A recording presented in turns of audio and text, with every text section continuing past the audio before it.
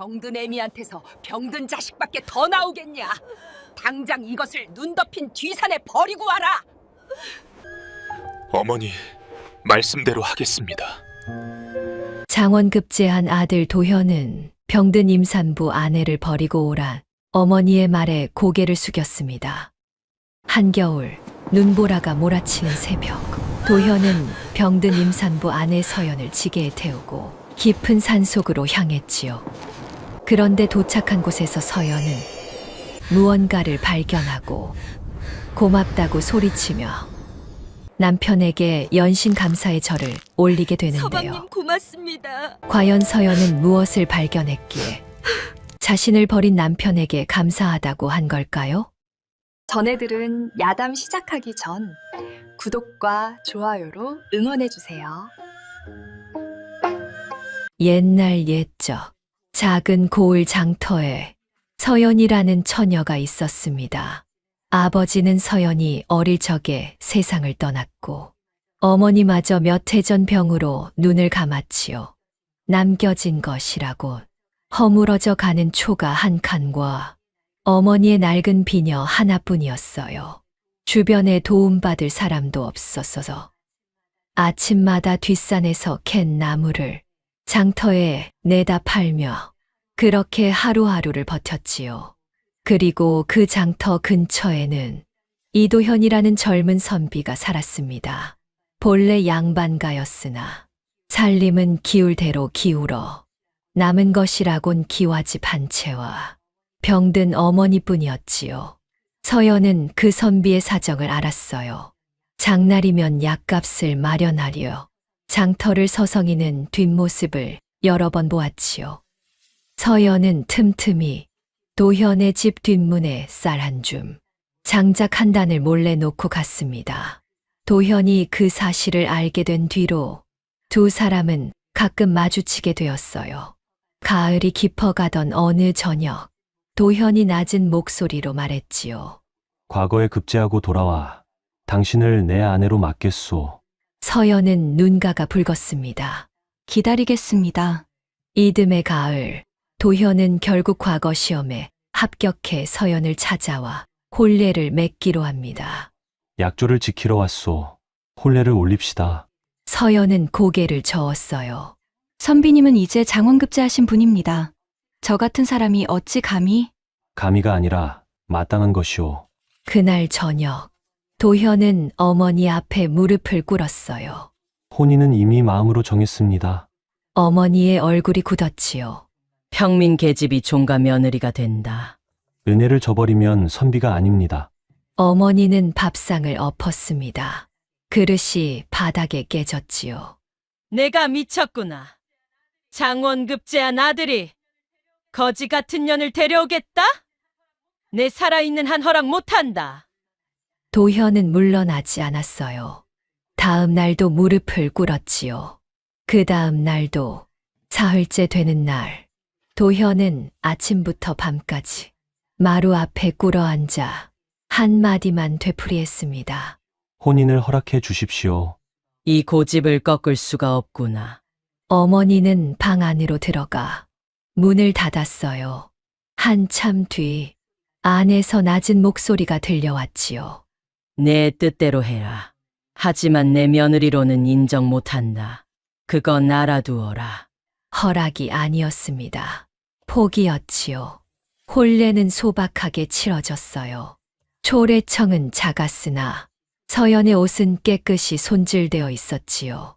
마을 사람들이 몰래 도운 것이었습니다. 잔을 나눌 때 어머니는 끝내 웃지 않았어요. 신방에서 도현이 서연의 손을 잡으며 말했지요. 이제는 내가 지킬 차례요. 서연은 고개를 끄덕였습니다. 그 밤 안채에서는 어머니가 홀로 향을 피우고 있었어요. 향 연기 너머로 낮은 중얼거림이 새어나왔지요. 어떻게든 내쫓아야 한다. 혼례가 끝난 뒤 서연의 하루는 달라졌습니다. 새벽 딸기 울기도 전에 일어나 우물물을 깃고 장작을 패고 밥을 짓고 상을 올렸지요. 해가 지면 바느질이 기다렸어요. 서연의 손끝을 거치지 않는 일이 이 집에는 없었습니다. 어머니는 날마다 트집을 잡았어요. 국이 짜다. 다음 날 간을 줄이면 싱겁다고 했지요. 반면 남편 도현은 관아 일로 바빴어요. 아침 일찍 나가 해가 저물어서야 돌아왔지요. 서연이 대문 앞에서 맞이해도 고개만 끄덕이고 사랑채로 들어갔습니다. 서방님, 진지 차려 놓았어요. 먹었소. 먼저 쉬시오. 그뿐이었어요. 어머니가 서연의 바느질감을 마당에 내던진 날에도 도현은 사랑채 문 앞에 섰어. 서연과 눈이 마주쳤으나 입을 열지 않았지요. 그날 밤 서연은 방에 홀로 앉아 갈라진 손을 비비며 중얼거렸어요. 내가 잘해야 한다. 내가 더 잘하면 되는 거야. 창밖에서 바람 소리만 길게 울었지요. 계절이 바뀌었습니다. 어느 봄 아침이었어요. 서연이 부엌에서 밥을 짓다가 갑자기 현기증이 밀려왔습니다. 손에 든 밥그릇이 미끄러졌지요. 도현이 소리를 듣고 부엌으로 왔습니다. 괜찮소? 예, 그릇을 놓쳐서 죄송합니다. 도현은 고개를 끄덕이고 돌아갔습니다. 며칠이 지나도 증세는 나아지지 않았어요. 아침마다 속이 울렁거렸지요. 밥 냄새만 맡아도 얼굴이 하얗게 질렸습니다. 어머니가 의원을 불렀어요. 밥상 차리는 것이 늦어지는 게 못마땅해서였지요. 의원이 서연의 맥을 짚고 한참을 가만히 있더니 말했습니다. 태가 들었습니다. 서연의 눈이 커졌어요. 두 손이 저도 모르게 배 위로 올라갔지요. 어머니의 표정이 굳었습니다. 산모가 많이 여위었습니다. 무거운 것을 들어서는 안 되고 잘 먹고 잘 쉬어야 합니다. 의원이 당부했지요. 어머니는 대꾸하지 않았어요. 의원이 나간 뒤에야 입을 열었습니다. 병든 계집이 아이까지 벤다. 이 집안 꼴이 볼만하겠구나. 서연은 고개를 숙인 채 손끝만 떨었지요. 의원이 돌아간 뒤 도현이 마당을 지나다 서연과 스쳤습니다. 의원이 뭐라 하던가. 태가 들었다 합니다. 도현은 걸음을 멈추었어요. 몸둘이 잘하시오. 그 한마디뿐이었습니다. 서연은 그 뒷모습을 보며 배 위에 손을 올렸지요. 며칠 뒤 비가 내리는 날이었습니다. 어머니가 치마폭을 깊게 눌러쓰고 집을 나섰어요. 하녀에게도 말하지 않았지요. 장터를 지나 사람 발길이 뜸한 골목 안쪽에 약방 하나가 있었습니다. 간판도 없는 허름한 곳이었지요. 어머니가 문을 열고 들어서자 약방 주인이 고개를 들었어요. 어인 일이십니까? 어머니는 품에서 작은 종이 하나를 꺼냈습니다. 약재 이름이 적혀 있었지요. 약방 주인이 종이를 받아 한참을 들여다보았어요. 눈이 가늘어지더니 고개를 천천히 들었습니다. 마님, 약을 지어라. 이것은 제가 함부로 내어 드리기 어렵습니다. 어머니가 은전 2냥을 탁자 위에 올렸어요. 약방 주인이 고개를 저었지요. 어머니가 2냥을 더 얹었습니다. 약은 약일 뿐이다. 잔말 말고 약을 내놓거라. 긴 침묵이 흘렀지요. 약방 주인이 고개를 숙이고 약장 서랍을 열었습니다. 붓을 들어 종이 위에 글자를 적더니 약재를 건넸습니다. 어머니는 그 종이와 약재를 품에 넣었어요. 입 밖에 내면 그때는 내 약방이 문을 닫을 줄 알아라. 문이 닫혔지요. 그날 밤 어머니의 방에 서서 약을 빻는 소리가 들려왔어요. 절구가 부딪히는 둔탁한 소리가 어둠 속에서 낮게 울렸지요. 도현이 관아에서 돌아오다 안채 근처를 지나며 그 소리를 들었습니다. 걸음을 멈추었어요. 어머니의 방 앞에서 낯선 냄새가 흘러나왔지요. 양 냄새 같기도 하고 그렇지 않은 것 같기도 했습니다.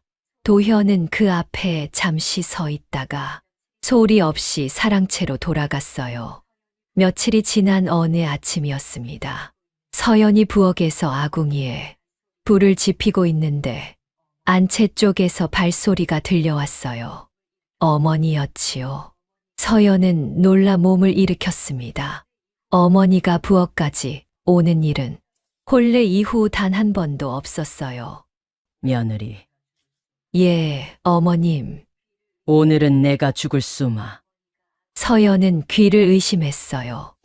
어머니가 아궁이 앞에 앉더니 직접 불을 살폈습니다.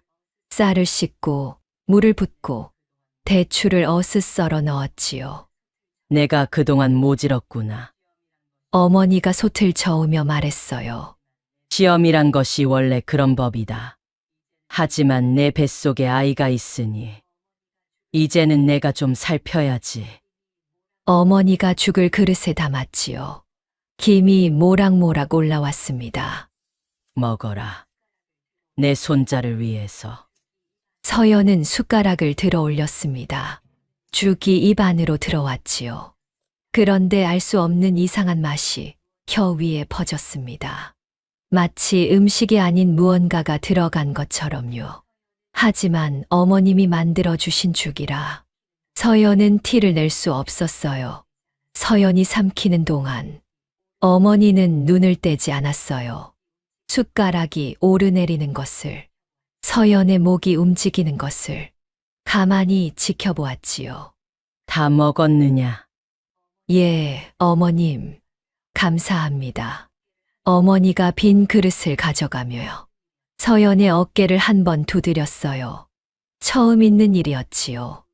그날 밤이었지요. 서연이 잠자리에 누운 지 얼마 되지 않아 기침이 시작되었습니다. 처음에는 가벼운 기침이었어요. 그런데 멈추지 않았지요. 가슴이 답답해지더니 숨이 가빠지기 시작했습니다. 이불을 걷어차고 일어나 앉았어요. 이마에 땀이 맺혔지요. 열이 오르고 있었습니다. 아침에 먹은 죽 말고는 달라진 것이 없었어요. 서연은 고개를 갸웃했으나 설마 하는 마음으로 그 생각을 밀어냈지요. 다음 날 아침, 서연의 안색이 눈에 띄게 나빠져 있었습니다. 어머니가 서연을 보더니 고개를 저었어요. 원래 허약한 계집이 아이를 뵌 것이니 몸살이 나는 게 당연하다. 그런데 나흘째 아침, 어머니가 다시 죽을 들고 왔어요. 먹어라. 아직 안색이 좋지 않구나. 서연은 받아 먹었지요. 시어머니의 성의를 거부할 수는 없었습니다. 그날 밤 기침이 훨씬 더 심해졌어요. 사흘 전보다 더 깊었지요. 열이 다시 올랐어요.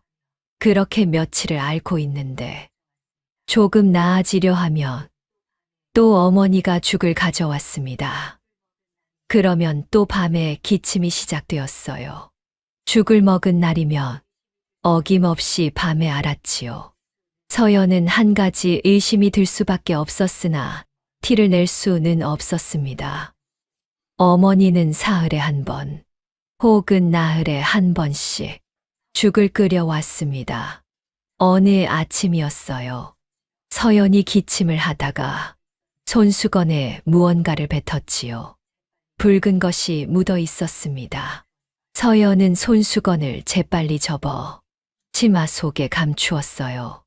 손이 떨리고 있었지요. 며칠 뒤 도현이 서연의 기침 소리에 잠을 깨었습니다. 의원을 부르겠소. 다음 날 의원이 왔지요. 서연의 맥을 짚고 혀를 보고 안색을 살폈습니다. 의원의 표정이 어두워졌어요. 산모의 기력이 많이 빠졌습니다. 이대로 가면 뱃속의 아이가 위험합니다. 당장 모약을 짓고 절대 안정을 취해야 합니다. 어머니가 방 밖에서 그 말을 듣더니 말했어요. 우리 집 일에 함부로 나서지 마라. 마님, 산모가 위중합니다. 약을 다려드려야. 내가 알아서 할 것이다. 다시는 부르지 않을 테니 그리 알아라.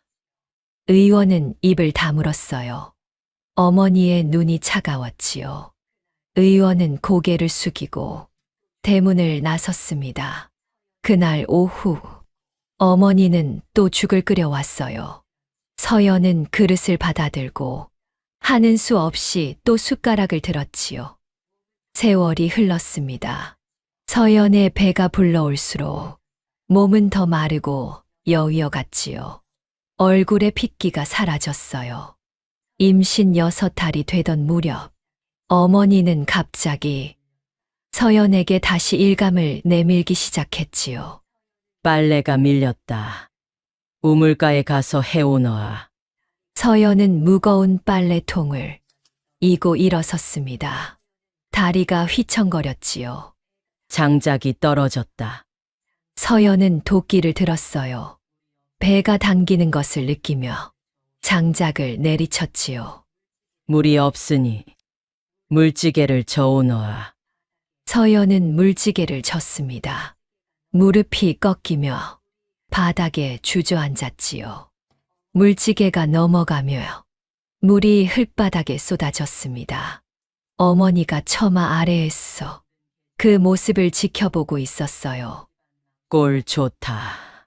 병든 계집이 아이를 낳으며 집안 망신이야. 그날 이후 무거운 일감은 줄지 않았지요. 빨래통, 장작, 물지개. 서연의 하루는 다시 새벽부터 밤까지 쉼 없이 돌아갔습니다. 배가 불러올수록 일은 더 무거워졌어요. 기침은 여전했지요. 밤마다 피가 섞인 가래를 손수건에 감추었습니다. 한편 남편 도현은 집에 거의 없었어요. 새벽에 나가 밤늦게 돌아왔지요. 관아 일이라 했습니다. 그런데 이상한 것은 돌아올 때마다 옷자락에 흙이 묻어 있었어요. 소매자락에 나뭇잎이 붙어 있는 날도 있었지요. 관아에서 흙이 묻을 일이 무엇이 있을까? 서연은 묻지 않고 그저 혼자 슬퍼했습니다. 그리고 그 후로 남편 도현의 행동은 점점 기이해지기 시작했습니다. 아침이면 관아에 간다 하고 해가 뜨기 전에 집을 나섰어. 돌아오는 것은 밤이 깊어서였지요. 서연은 대문 앞에서 남편을 기다렸습니다. 기침을 참으며 처마 아래에 서 있었지요. 도현이 돌아왔어요. 서연은 남편의 옷을 받으려 손을 내밀었습니다. 그런데 소매자락에 흙이 묻어 있었지요. 진흙이었어요. 서방님, 옷에 흙이. 관아, 밖에 볼 일이 있었소. 도현은 그 말만 하고 사랑채로 들어갔어요. 다음 날도 마찬가지였지요. 새벽에 나가 밤에 돌아오면 항상 소매자락에 나뭇잎과 진흙이 붙어 있었어요. 무엇을 하고 오는 것일까? 어디서 무엇을 만지고 오는 것일까? 서연은 알 수 없었습니다. 다만 남편이 점점 낯선 사람이 되어가고 있다는 것만 느낄 수 있었지요. 어느 저녁이었어요. 도현이 평소보다 일찍 돌아왔습니다. 사랑채에 들어가자마자 어머니가 도현을 불렀지요. 도현아, 이리 오너라. 도현이 안채로 들어갔어요. 서연은 부엌에서 설거지를 하고 있었는데 안채 쪽에서 어머니와 도현의 목소리가 낮게 들려왔습니다. 새며느리, 건강한 이런 단어들이 들려왔지요. 며칠이 지났습니다. 도현은 여전히 새벽에 나가 밤에 돌아왔어요. 돌아올 때마다 옷에는 흙과 나뭇잎이 묻어 있었지요. 서방님, 오늘은 일찍 오셨네요. 그렇소. 진지 드셨습니까? 먹었소. 그뿐이었어요. 그러다 어느 날 새벽 어머니와 도현의 목소리가 들려왔어요. 그 계집은 오래 못 갔나. 서연의 숨이 멈추었지요. 보아라, 날이 갈수록 저 꼴이다. 피를 토하는 년이 무슨 수로 아이를 낳겠느냐. 서연은 벽에 손을 짚었습니다. 다리에 힘이 빠졌어요. 어머니의 말이 이어졌지요. 내가 사람답게 살려면 경맞는 새 아내를 들여야 한다. 진사댁 교수가 혼처를 찾고 있다더구나. 서연은 귀를 막고 싶었어요. 그때 도현이 입을 열었습니다. 어머니 뜻대로 하겠습니다. 서연의 손에서 무언가가 미끄러졌어요. 부엌에서 가져온 물바가지였지요. 바가지가 흙바닥에 부딪히며 둔탁한 소리를 냈습니다. 서연은 재빨리 몸을 돌렸어요. 방으로 돌아온 서연은 문을 닫고 벽에 등을 기댔습니다. 눈앞이 흐려졌습니다. 뜨거운 것이 볼을 타고 턱 끝에서 떨어졌어요. 서연은 이불을 끌어당겨 얼굴을 묻었지요. 소리가 새어 나갈까봐 이를 악물었습니다. 배 안에서 아이가 발을 차는 것이 느껴졌어요. 서연은 배를 감싸 안았습니다. 미안하다, 엄마가. 미안하다. 그 말밖에 나오지 않았지요. 밤이 깊어가는 동안 서연의 울음은 멈추지 않았어요. 그리고 서연이 아프다는 소문은 장터에서 빠르게 퍼졌습니다. 이 판서댁 며느리가 피를 토한다더라. 나물 파는 안악이 옆자리 안악에게 속삭였지요. 피를 임신한 몸으로? 그럼 기침을 하다가 손수건에 피가 묻었다는 거야. 세상에, 소문은 장터를 돌아 마을 우물가로 퍼졌어요. 우물가에서 빨래터로, 빨래터에서 골목으로. 그 집 며느리 본래 평민 아니었소. 그렇다더군. 장원급제한 양반이 평민 여자를 데려왔다지. 그러니 몸이 약한 거야. 격이 안 맞으니까. 서연의 귀에는 그 소문이 들어오지 않았어요. 집 밖에 나갈 기운이 없었지요. 그러나 어머니의 귀에는 빠짐없이 들어왔습니다. 아니, 사실 어머니가 그 소문을 퍼뜨린 것이었지요. 어머니는 장터에 나갈 때마다 아는 안악을 붙잡고 말했어요. 우리 며느리가 영 걱정이다. 기침을 하는데 피가 섞여 나와. 의원도 고개를 젓더구나. 걱정하는 척이었지요. 그러나 목소리에는 걱정 대신 다른 것이 실려 있었습니다. 병든 애미에게서 건강한 자식이 나올 수 있겠느냐. 소문은 씨앗처럼 퍼져 마을 전체의 뿌리를 내렸지요. 우물가에서 물을 깃던 안악 하나가 다른 안악에게 말했어요. 그 집 며느리 오래 못 갈 거라더라. 불쌍하기는 하지. 하지만 양반가에 평민이 들어갔으니 되레 화를 부른 거 아니겠소.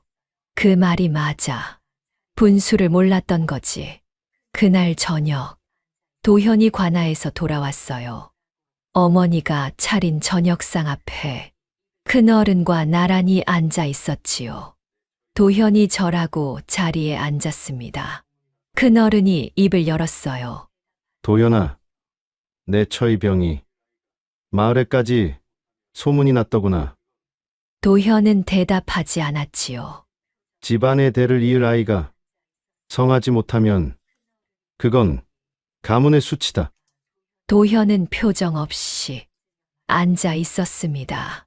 큰어른이 떠난 뒤 어머니가 도현의 맞은편에 앉으며 말했지요. 들었느냐? 도현은 고개를 들지 않았습니다. 큰어른도 그리 말씀하셨다. 이제 내가 결단을 내려야 한다. 어머니의 목소리가 문 너머로 새어 나왔어요. 더 미룰 수 없다. 도현은 말이 없었지요. 산에 갖다 버려라. 집안 망신 더 키우지 말고. 서연은 그 시각 부엌에서 물을 끓이고 있었습니다. 안채와 부엌 사이는 10걸음이 채 되지 않았지요. 어머니의 목소리가 찬바람을 타고 흘러왔어요. 산에 갖다 버려라. 서연의 손에서 국자가 떨어졌습니다. 솥안에 빠진 국자가 당 하고 소리를 냈어요. 서연은 숨을 멈추었지요. 안채에서 짧은 침묵이 흘렀습니다. 도현이 입을 열었어요. 알겠습니다. 서연은 부엌 벽에 등을 기댔지요. 다리에 힘이 빠졌습니다. 산에 갖다 버려라. 알겠습니다. 그 두 마디가 서연의 머릿속에서 되풀이 되었습니다. 서연은 떨리는 손으로 배를 감싸 안았어요. 미안하다. 엄마가 미안하다. 눈물이 흘렀지요. 새벽이 왔습니다. 어둠이 채 거치지 않은 시각이었어요. 서연은 잠을 이루지 못하고 누워 있었지요. 발소리가 들렸습니다. 서연의 방 앞에서 발소리가 멈추었어요. 문이 열렸지요. 도현이었습니다. 서연은 몸을 일으켰어요. 도현의 얼굴을 보았지요. 아무 표정이 없었습니다. 일어나시오. 서연은 입술을 달싹였어요. 말이 나오지 않았지요. 나를 따라오시오. 도현은 그 말만 하고 마당으로 나갔습니다. 서연은 떨리는 손으로 저고리를 여미었어요. 방문을 나서자 찬바람이 얼굴을 쳤지요. 마당에 눈이 쌓여 있었습니다. 도현이 광에 서서 무언가를 꺼내고 있었어요. 지게였지요. 서연은 그것을 보고 걸음이 멈추었습니다. 산에 갖다 버려라. 어젯밤 어머니의 말이 귀에 울렸어요. 도현이 지게를 지고 서연 앞에 섰습니다. 다시오. 서연의 눈에서 눈물이 흘렀어요. 소리 없이 저항할 기운이 없었지요. 몸도 마음도. 서연은 지게 위에 올라앉았습니다. 도현이 끈을 묶었어요. 한마디도 하지 않았지요. 대문이 열렸습니다. 도현이 걸음을 내디뎠어요. 눈밭 위로 발자국이 찍혔지요. 서연을 업은 도현의 발자국 하나뿐이었어요. 마을을 벗어나자 산길이 시작되었지요. 바람이 매서웠습니다. 눈이 옆으로 날려 서연의 얼굴을 핥히었어요. 눈썹에 눈이 엉겨 붙었지요. 속눈썹이 하얗게 얼었습니다. 서연은 기침을 했어요. 한 번, 두 번, 멈추지 않았지요. 가슴 안쪽에서 무언가가 찢어지는 것 같았습니다. 도현은 뒤를 돌아보지 않았어요. 걸음만 재촉했지요. 산길은 가팔랐습니다. 눈이 쌓여 발이 빠졌어요. 도현의 숨이 거칠어졌지요. 그러나 멈추지 않았습니다. 소나무 가지 위에 쌓인 눈이 바람에 쏟아져 내렸어요. 서연의 어깨 위로 차가운 눈덩이가 떨어졌지요. 서연은 몸을 웅크렸습니다. 배를 감싸 안았어요. 아이를 바람에서 가리려는 듯 저고리 깃을 배 위로 끌어당겼지요. 도현은 뒤를 돌아보지 않았습니다. 길이 좁아졌어요. 나뭇가지가 도현의 어깨를 쳤지요. 눈 덮인 바위를 돌아가고 얼어붙은 개울을 건넜습니다. 서연의 숨이 가늘어졌어요. 몸이 점점 차가워지고 있었지요. 서방님, 서연이 작은 목소리로 불렀어요. 대답이 없었지요. 서방님, 아이만은 살려주십시오. 도현은 걸음을 멈추지 않았습니다. 대답도 하지 않았어요. 서연은 더 이상 말할 힘이 없었지요. 고개가 떨어졌습니다. 눈 위로 쏟아지는 하늘이 하얗게 흐려졌어요. 얼마나 걸었을까요? 산은 점점 깊어졌습니다. 나무들이 빽빽해졌지요. 인적이 끊긴 곳이었어요. 서연은 눈을 감았습니다. 이제 끝이구나 하고 생각했지요. 여기에 버려지는 것이구나. 이 눈 속에서 나와 이 아이는 얼어 죽는 것이구나. 그런데 어디선가 냄새가 났습니다. 나무 타는 냄새였어요. 서연은 눈을 떴지요. 나무들 사이로 연기가 올라오고 있었습니다. 굴뚝이었어요. 서연은 고개를 들었지요. 눈 쌓인 산비탈 아래에 작은 집이 한 채 서 있었습니다. 굴뚝에서 연기가 피어오르고 있었어요. 지붕 위에 눈이 소복이 쌓여 있었지만 처마 아래는 눈이 녹아 있었지요. 안에서 불을 떼고 있다는 뜻이었습니다. 도현이 걸음을 멈추었어요. 지게를 내려놓았지요. 서연은 도현의 등에서 미끄러지듯 내려왔습니다. 다리에 힘이 없어 눈 위에 주저앉았어요. 도현이 집의 문을 열었지요. 따뜻한 공기가 서연의 얼굴을 감쌌습니다. 서연은 문 안을 들여다보았어요. 아궁이에 불이 지펴져 있었지요. 방바닥이 따뜻했습니다. 상 위에 음식이 차려져 있었어요. 미역국과 밥, 그리고 약초를 달인 듯한 탕약 한 사발이었지요. 방 한쪽에는 작은 꾸러미가 놓여 있었습니다. 서연은 그 꾸러미를 보았어요. 아기 옷이었지요. 작은 베네쩍 오리와 강보가 가지런히 접혀 있었습니다. 누군가 한 땀 한 땀 정성 들여 지은 것이었어요. 서연은 눈을 깜빡였지요.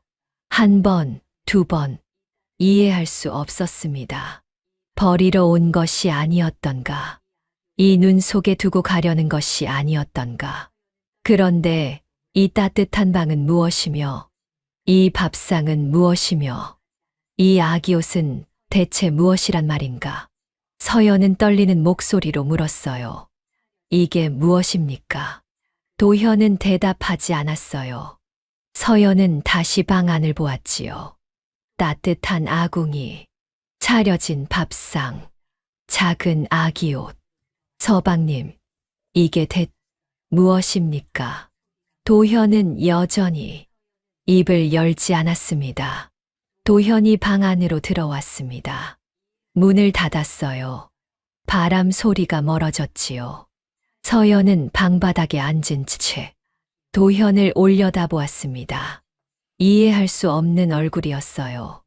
따뜻한 방, 차려진 밥상, 작은 아기 옷. 이것들이 무엇인지 서연은 아직 알지 못했지요. 도현이 서연 앞에 무릎을 꿇었습니다. 서연은 숨을 멈추었어요. 도현이, 이 사람이 무릎을 꿇었습니다.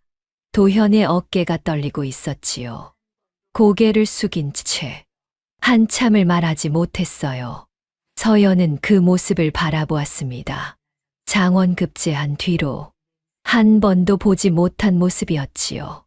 도현이 입을 열었어요. 나는 목소리가 갈라졌지요. 그 죽의 냄새를 잊지 못했소. 서연의 눈이 커졌습니다. 처음에는 몰랐소. 어머니가 죽을 끓여 주시니 고마운 일이라 생각했지요. 도현이 고개를 들었어요. 눈이 붉었지요. 그런데 당신이 먹을 때마다 기침이 심해지고 안 먹으면 나아지는 것을 나도 보았소. 서연은 입술을 떨었습니다. 어느 날 밤이었소. 관아에서 늦게 돌아와 안채를 지나는데 어머니 방에서 냄새가 났지요. 약을 빻는 냄새였소. 도현의 목소리가 낮아졌어요. 문틈으로 보았습니다. 어머니가 절구에 무언가를 빻고 있었지요. 그 옆에 종이 한 장이 있었소. 약재 이름이 적힌 종이었습니다. 서연은 말을 잃었어요. 다음 날 관아에 가지 않았소.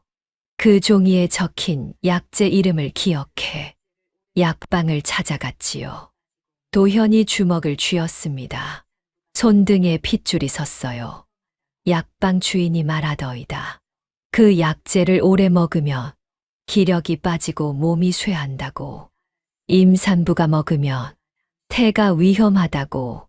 서연의 눈에서 눈물이 흘러내렸지요. 소리 없이. 그때 알았소. 어머니가 당신을 그 죽으로 해하고 있다는 것을. 서연은 고개를 저었습니다. 믿고 싶지 않았어요.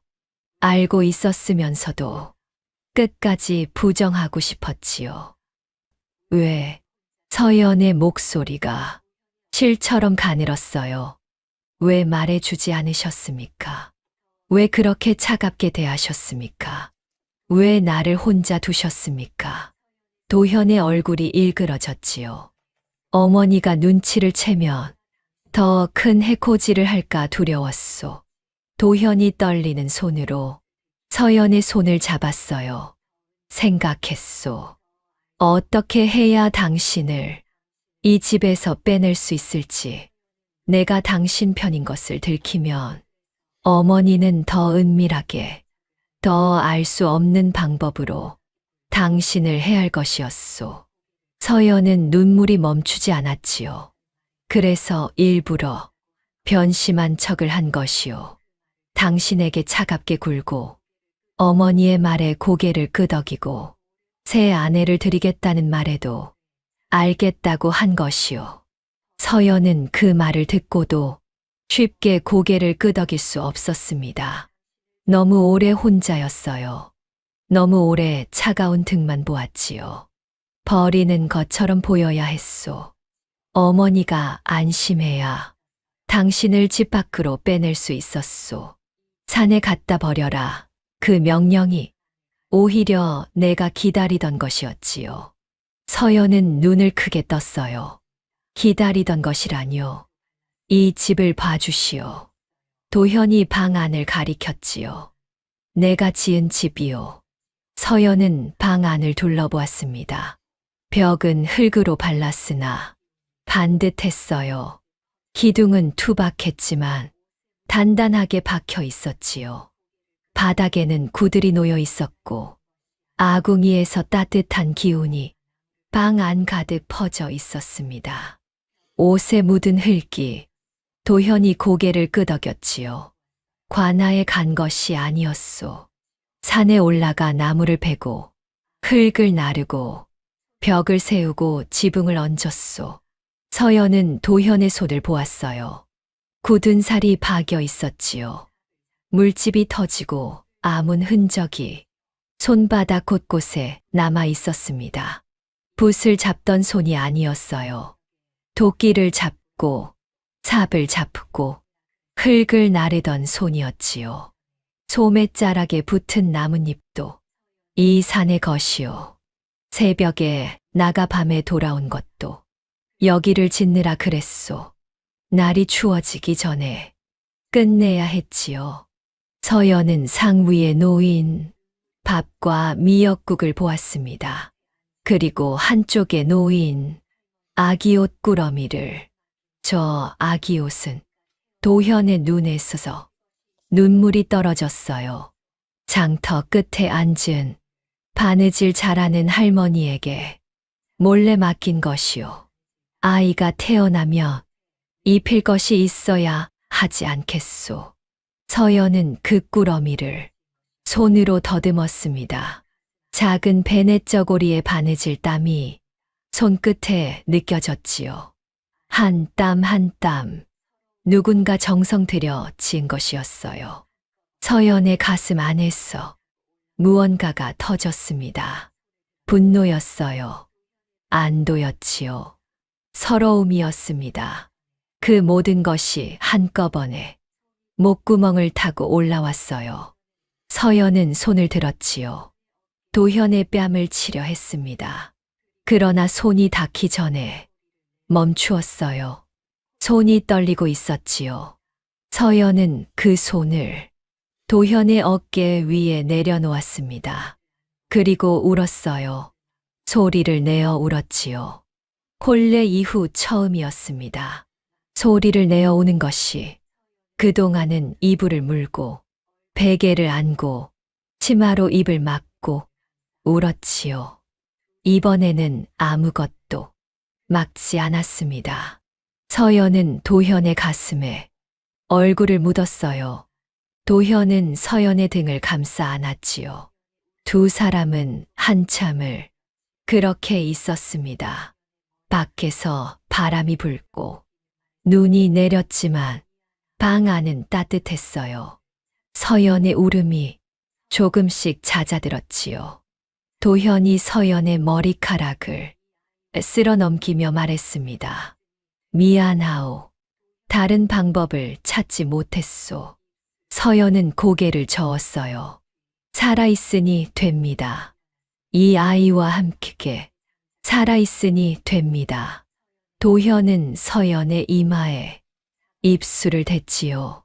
한참 뒤 도현이 자리에서 일어났습니다. 아궁이에 장작을 더 넣었어요. 서연에게 약초 달인 물을 사발에 따라 건넸지요.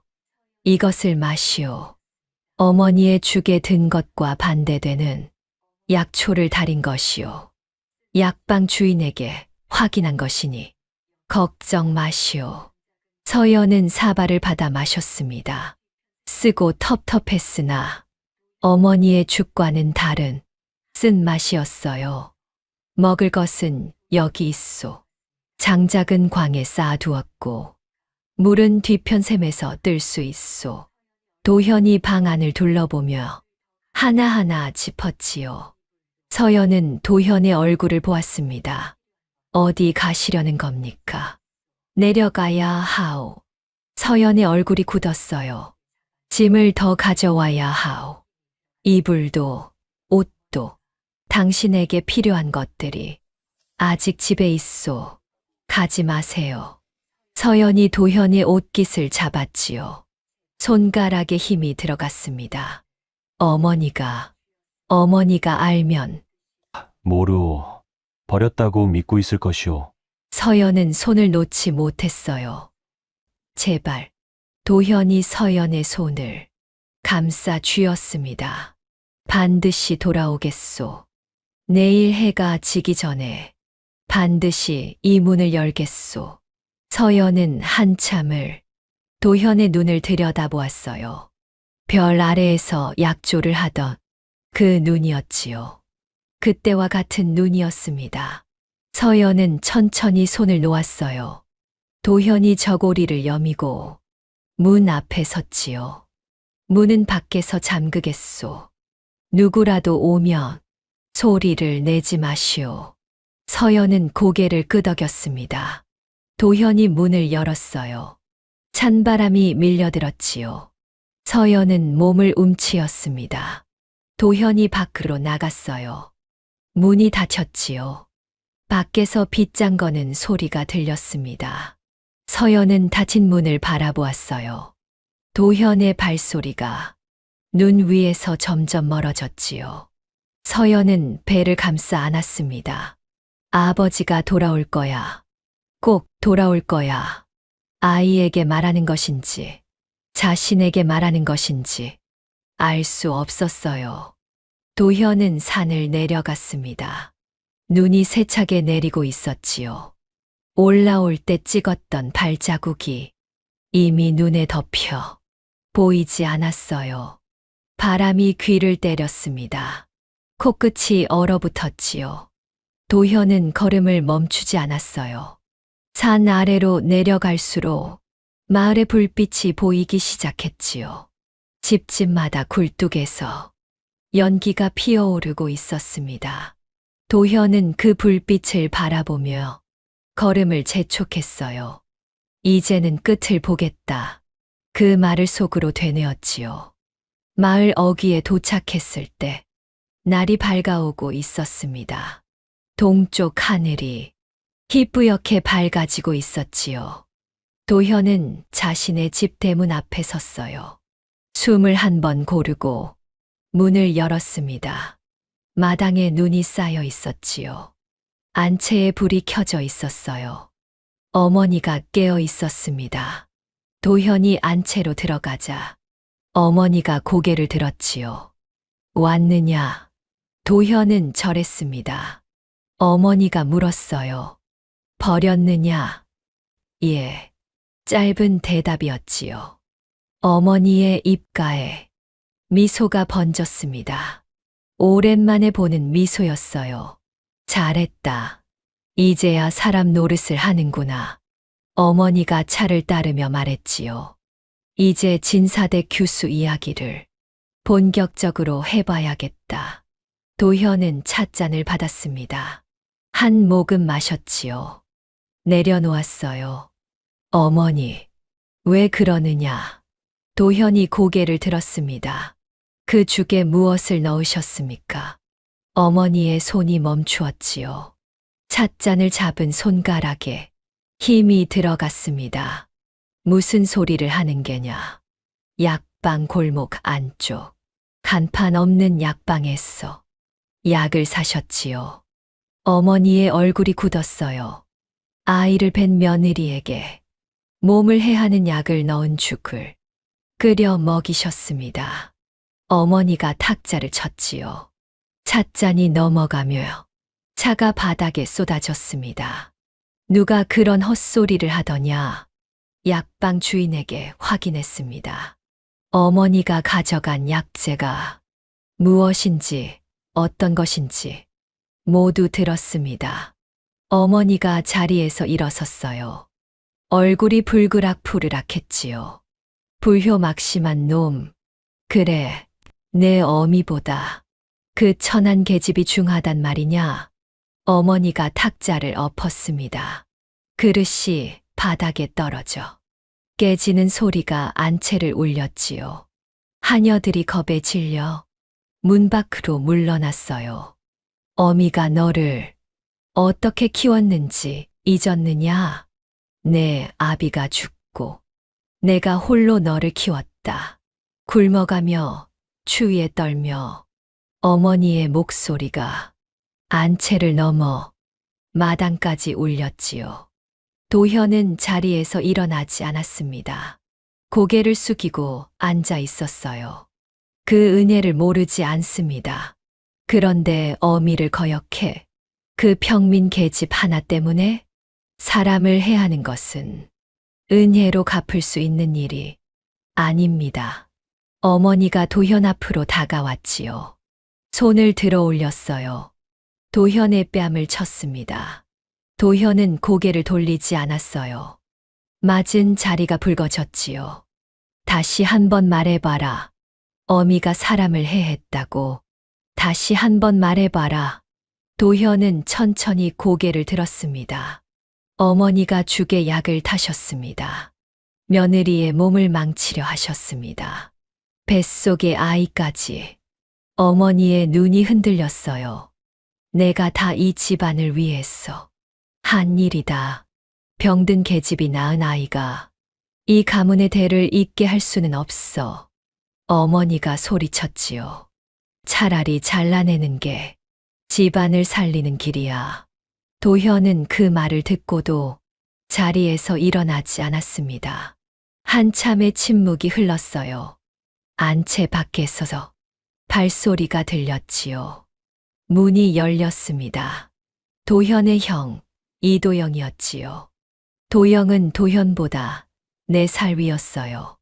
과거에는 나가지 않았으나 마을에서 농사와 장사를 하며 묵묵히 집안 살림을 도운 사람이었지요. 말이 적고 성정이 온화했습니다. 도영은 안채에 들어서며 엎어진 탁자와 깨진 그릇, 그리고 서로 마주 앉은 어머니와 도현을 보았어요. 무슨 일입니까? 어머니가 먼저 소리쳤지요. 내 동생을 보아라. 어미를 거역하고 그 천한 계집편을 들겠다는 게야. 도영은 도현을 보았습니다. 도현의 뺨이 붉어져 있었지요. 도현아, 무슨 일이냐? 도현은 고개를 숙인 채 말했어요. 어머니가 서연에게 해로운 약을 탄 죽을 먹이셨습니다. 도영의 눈이 가늘어졌지요. 사실입니까, 어머니? 어머니가 탁자를 쳤습니다. 그래, 내가 했다. 병든 계집이 낳을 아이가 이 집안의 대를 잇게 할 수는 없어. 내가 이 가문을 지키려고 한 일이야. 도영은 아무 말도 하지 않았어요. 한참을 서 있었지요. 어머니가 도영에게 다가왔습니다. 너는 내 편이지. 내 동생이 미쳤어. 제정신이 아니야. 어미보다 그 계집을 택하겠다는 놈이 어디 있느냐? 도영은 어머니의 말을 듣고 천천히 입을 열었어요. 어머니, 왜 그러느냐? 며느리가 무슨 잘못을 했습니까? 어머니의 얼굴이 굳었지요. 격이 안 맞으니까 그렇다.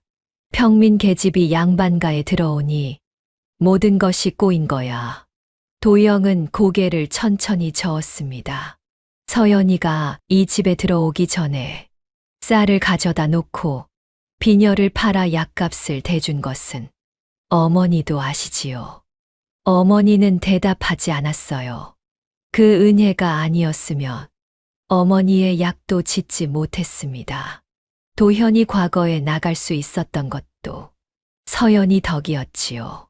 그건 그거고 이건 이거다. 어머니가 소리를 질렀어요. 은혜는 갚으면 그만이야. 하지만 격은 다르다. 평민의 피가 이 가문에 섞이면 대대로 흠이 되는 거야. 도영은 조용히 말했지요. 어머니, 사람을 해치는 것은 격을 지키는 일이 아닙니다. 어머니의 눈이 흔들렸어요. 사람의 도리가 있습니다. 어머니가 격이라 부르시는 것이 사람을 죽이는 일이라면 그 격은 지킬 가치가 없습니다.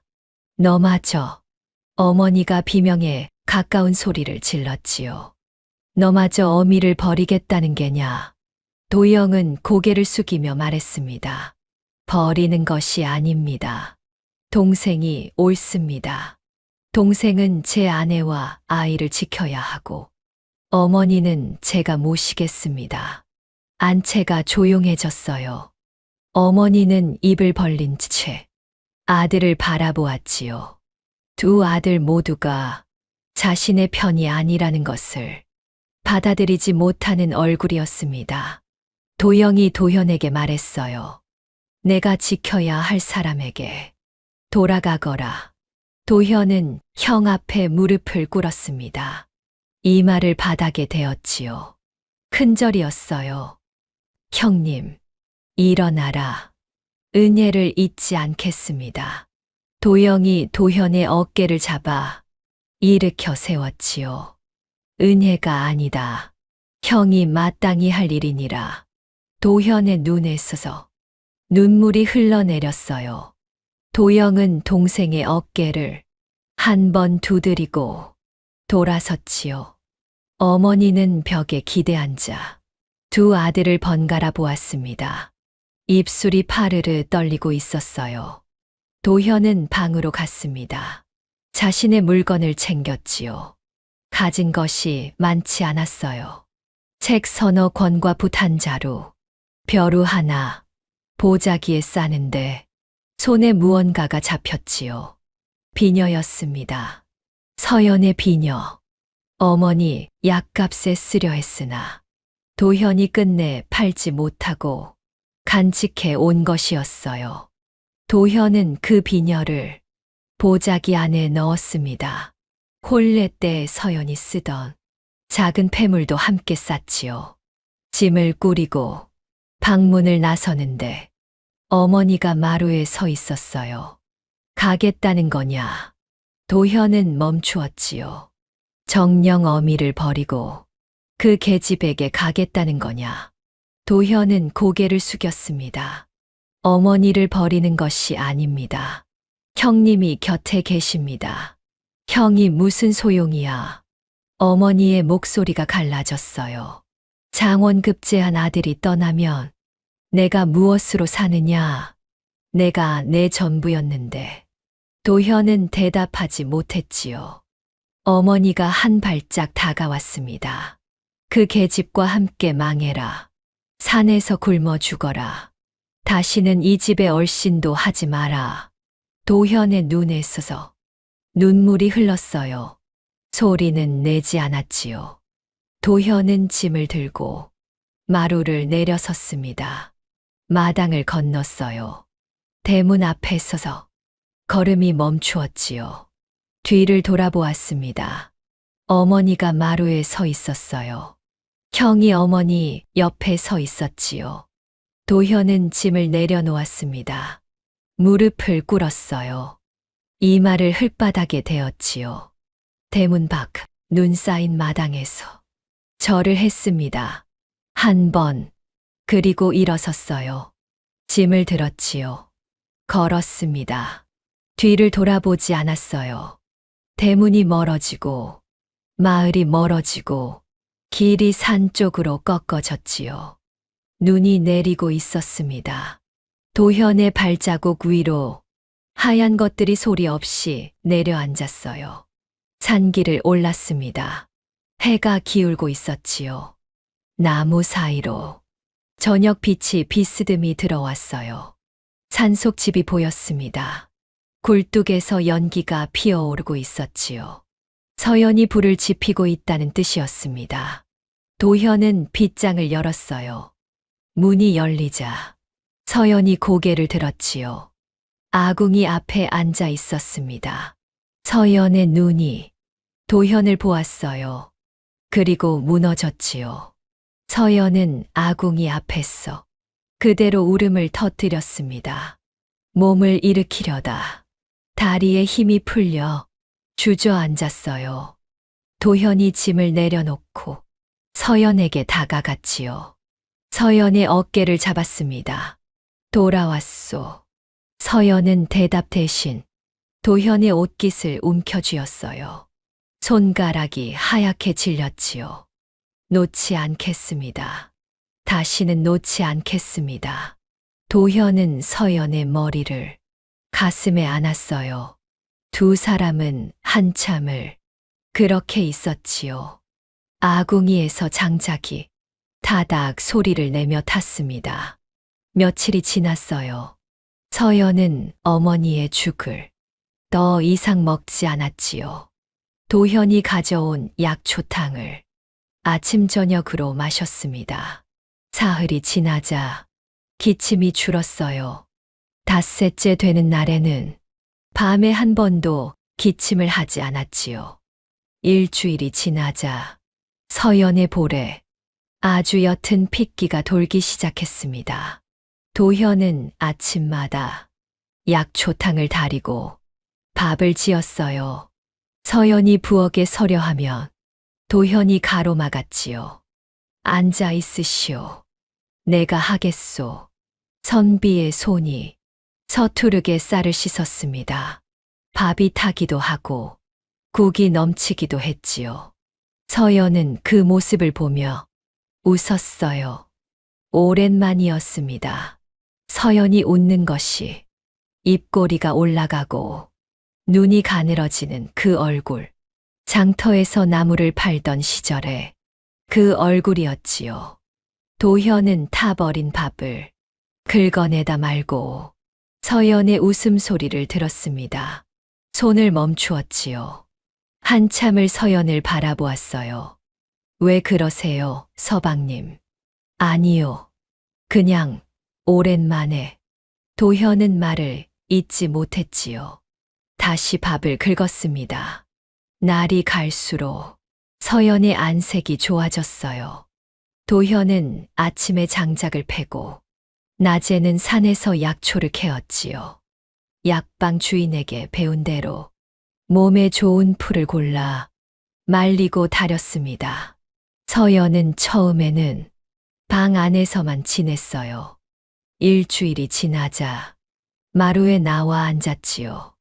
보름이 지나자 마당까지 걸어 나왔습니다. 어느 아침이었어요. 눈이 그친 뒤라 세상이 하얗게 덮여 있었지요. 서연이 마당에 섰어 눈밭을 바라보고 있었습니다. 서방님, 저기 보세요. 눈 위에 작은 발자국이 찍혀 있었어요. 동그란 것이 두 줄로 이어져 있었지요. 토끼 발자국이에요. 서연이 그 발자국을 따라 몇 걸음 걸었습니다. 발자국은 나무 뒤로 사라져 있었지요. 어디로 갔을까? 서연이 나무 뒤를 살펴보았어요. 토끼는 없었지요. 발자국만 눈 위에 점점이 남아 있었습니다. 서연이 돌아서며 웃었어요. 도망갔나 봐요. 도현은 장작을 내려놓고 서연을 바라보았지요. 눈밭 위에 서 있는 서연. 볼에 옅은 핏기가 도는 얼굴. 바람에 머리카락이 날리고 있었어요. 도현은 그 모습을 오래 기억하고 싶었습니다. 저녁이면 두 사람은 아궁이 앞에 나란히 앉았어요. 불빛이 두 사람의 얼굴을 따뜻하게 비추었지요. 도현이 가져온 책을 펼쳐 서연에게 읽어주기도 했습니다. 사람은 은혜를 잊지 않는다. 서연이 웃었지요. 그 구절, 처음 들었을 때 생각이 나요. 별이 많던 밤이었소. 예, 비녀를 드리고 얼마 안 되어서였지요. 서연은 아궁이 불을 바라보며 말했어요. 그때는 몰랐습니다. 이렇게까지 될 줄은. 도현은 서연의 손을 잡았지요. 서연의 손은 예전보다 거칠어져 있었으나 따뜻했습니다. 이제는 내가 지키겠소. 끝까지. 서연은 고개를 끄덕였어요. 밖에서 바람이 불었지요. 나무가 흔들리는 소리가 멀리서 들려왔습니다. 아궁이 안에서 장작이 타며 붉은 빛을 내었어요. 서연은 배 위에 손을 올렸지요. 아이가 움직이는 것이 느껴졌습니다. 서방님, 왜 그러시오? 이 아이가 발차기를 해요. 세게. 도현이 서연의 배 위에 손을 올렸어요. 아이가 발을 찼지요. 도현의 손바닥에 작은 충격이 전해졌습니다. 도현은 숨을 멈추었어요. 그리고 웃었지요. 힘이 세구나. 서연도 웃었습니다. 두 사람의 웃음이 작은 방 안을 채웠어요. 아궁이 불이 따뜻하게 타올랐지요. 밖에서는 눈이 내리고 있었습니다. 그날 아침부터 하늘이 심상치 않았습니다. 구름이 산 꼭대기를 삼키더니 바람이 방향을 바꾸었지요. 나무들이 한쪽으로 크게 휘었어요. 도현은 장작을 서둘러 광 안에 쌓았습니다. 눈이 오겠소. 크게 올 것 같소. 점심때가 지나자 눈이 내리기 시작했어요. 처음에는 가볍게, 그러다 점점 세차게. 해가 지기도 전에 세상이 하얗게 뒤덮였지요. 바람이 울었습니다. 지붕 위에서, 나무 사이에서, 골짜기를 타고 짐승의 울음 같은 소리가 밤새 이어졌어요. 폭설이었지요. 문 앞에 눈이 쌓여 열리지 않을 정도였습니다. 도현이 힘을 주어 밀어야 겨우 틈이 벌어졌어요. 밖은 온통 하얀색이었지요. 길이 보이지 않았습니다.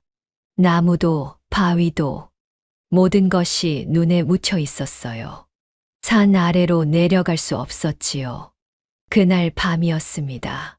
서연이 잠을 자다가 눈을 떴어요. 배가 단단하게 굳었지요. 통증이 왔습니다. 처음에는 허리 아래쪽이 묵직하게 당기는 정도였어요. 서연은 자세를 바꾸며 다시 눈을 감았지요. 그런데 멈추지 않았습니다. 통증이 파도처럼 밀려왔어요. 한 번 왔다가 물러가고, 다시 왔다가 물러가고, 그 간격이 점점 좁아졌지요. 서연은 이를 악물었습니다. 이불을 움켜쥐었어요. 서방님, 도현이 눈을 떴지요. 아이가 오는 것 같습니다. 도현의 얼굴이 하얗게 질렸어요. 지금 서연이 고개를 끄덕이려는데 또 한 번 통증이 밀려왔지요. 서연의 입에서 낮은 신음이 새어나왔습니다. 도현은 벌떡 일어났어요. 손이 떨렸지요. 물을 끓여야 했습니다. 깨끗한 천이 필요했어요. 도현은 아궁이로 달려갔지요. 장작을 넣고 불을 지폈습니다. 솥에 물을 부었어요. 손이 떨려 물이 반이나 쏟아졌지요.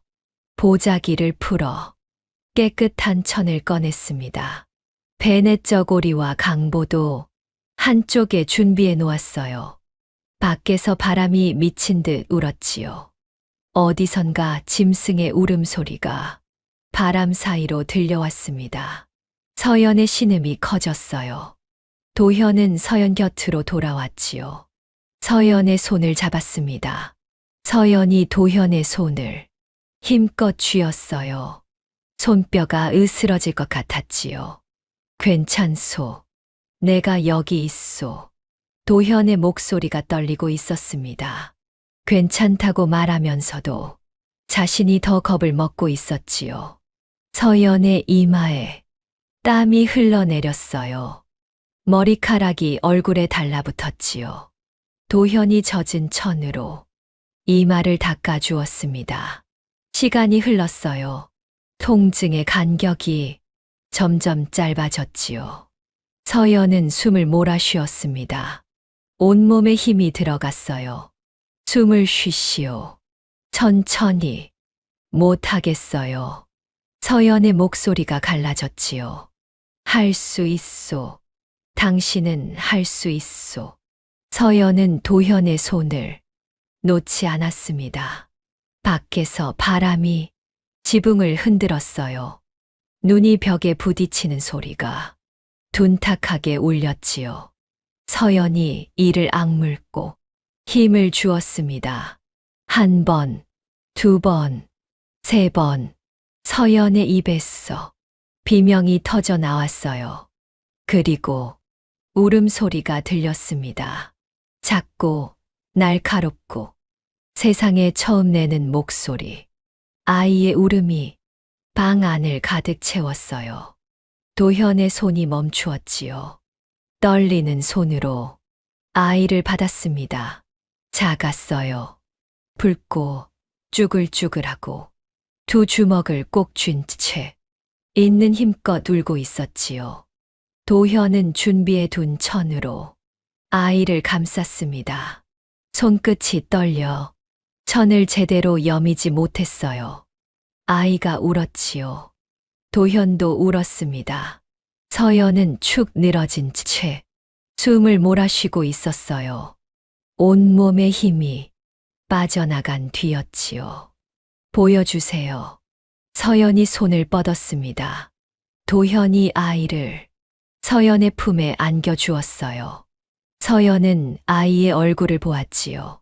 작은 코, 작은 입, 꼭 감은 눈. 서연의 볼 위로 눈물이 흘러내렸습니다. 그때였어요. 밖에서 울던 바람이 잠시 멈추었지요. 창문으로 들어오던 눈발이 잦아들었습니다. 구름 사이로 달빛이 비쳤어요. 방 안이 은빛으로 물들었지요. 서연은 창문 밖을 보았습니다. 눈이 그치고 있었어요. 하얀 눈밭 위로 달빛이 고요하게 내려앉고 있었지요. 서연이 아이를 내려다보며 약한 목소리로 말했습니다. 눈 오는 날에 웃음이 왔네. 도현이 서연 곁에 앉았지요. 이름을 지어야 하오. 서연은 창밖에 하얀 세상을 바라보았어요. 눈설, 기쁠희, 설희, 도현이 되뇌었지요. 설희라. 아이가 작은 소리로 울었습니다. 제 이름을 알아듣기라도 한 것처럼 서연이 웃었어요. 도현도 웃었지요. 달빛이 세 사람을 비추었습니다. 세월이 흘렀어요. 눈이 녹고 꽃이 피고 잎이 지고 다시 눈이 내렸지요. 그것을 몇 번이나 되풀이했습니다. 설이가 자랐어요. 기어 다니던 아이가 걸었지요. 걷던 아이가 뛰었습니다. 옹알이를 하던 입에서 말이 나왔어요. 아버지. 도현이 처음 그 말을 들은 날 장작을 패다 말고 도끼를 내려놓았지요. 설이는 총명한 아이였습니다. 도현이 마루에 앉아 책을 읽으면 설이가 옆에 와 앉았어요. 글자를 손가락으로 짚으며 따라 읽었지요. 아버지, 이게 뭐예요? 하늘천이다. 천. 설이가 또렷하게 따라했어요. 다음 날 설이가 마당의 눈 위에 나뭇가지로 무언가를 그렸지요. 도현이 나가보니 삐뚤삐뚤한 글자가 눈 위에 찍혀 있었습니다. 천. 도현은 그 글자 앞에 섰어. 한참을 웃었어요. 서연의 몸은 많이 나아졌지요. 기침은 완전히 멈추었고 볼에 핏기가 돌았습니다. 아이를 안고 산길을 걸을 만큼 기력도 돌아왔어요. 마을의 소문이 돌기 시작한 것은 설이가 4살이 되던 해였지요. 산속에 장원급제한 선비가 산다더라. 나무꾼이 산에서 내려오며 한 말이 퍼진 것이었어요. 장원급제가 왜 산에서 사는 거야? 집안 사정이 있다는데 자세한 건 나도 모르겠소. 소문은 마을을 넘어 고을 관아까지 닿았지요. 어느 날 관아에서 사람이 찾아왔습니다. 관복을 입은 하인이 산길을 헐떡이며 올라왔어요. 이도현 나리를 뵈러 왔습니다. 현감 나리께서 벼슬을 내리고자 하시니 내려오시라 전하랍니다. 도현은 고개를 숙이며 말했지요. 감사하오나 저는 이곳에서의 삶이 족합니다. 벼슬은 사양하겠소. 하인은 어리둥절한 얼굴로 산을 내려갔어요. 서연이 물었지요. 괜찮으시겠습니까? 벼슬을 마다하시면 다시는 기회가 오지 않을 수도 있어요. 도현은 마당에서 뛰어노는 설이를 바라보며 말했습니다. 이미 가진 것이 넉넉하오. 형 도영이 가끔 산을 올라왔어요. 쌀과 옷감, 아이에게 줄 엿을 지게에 지고 올라왔지요. 설이는 큰아버지를 좋아했습니다.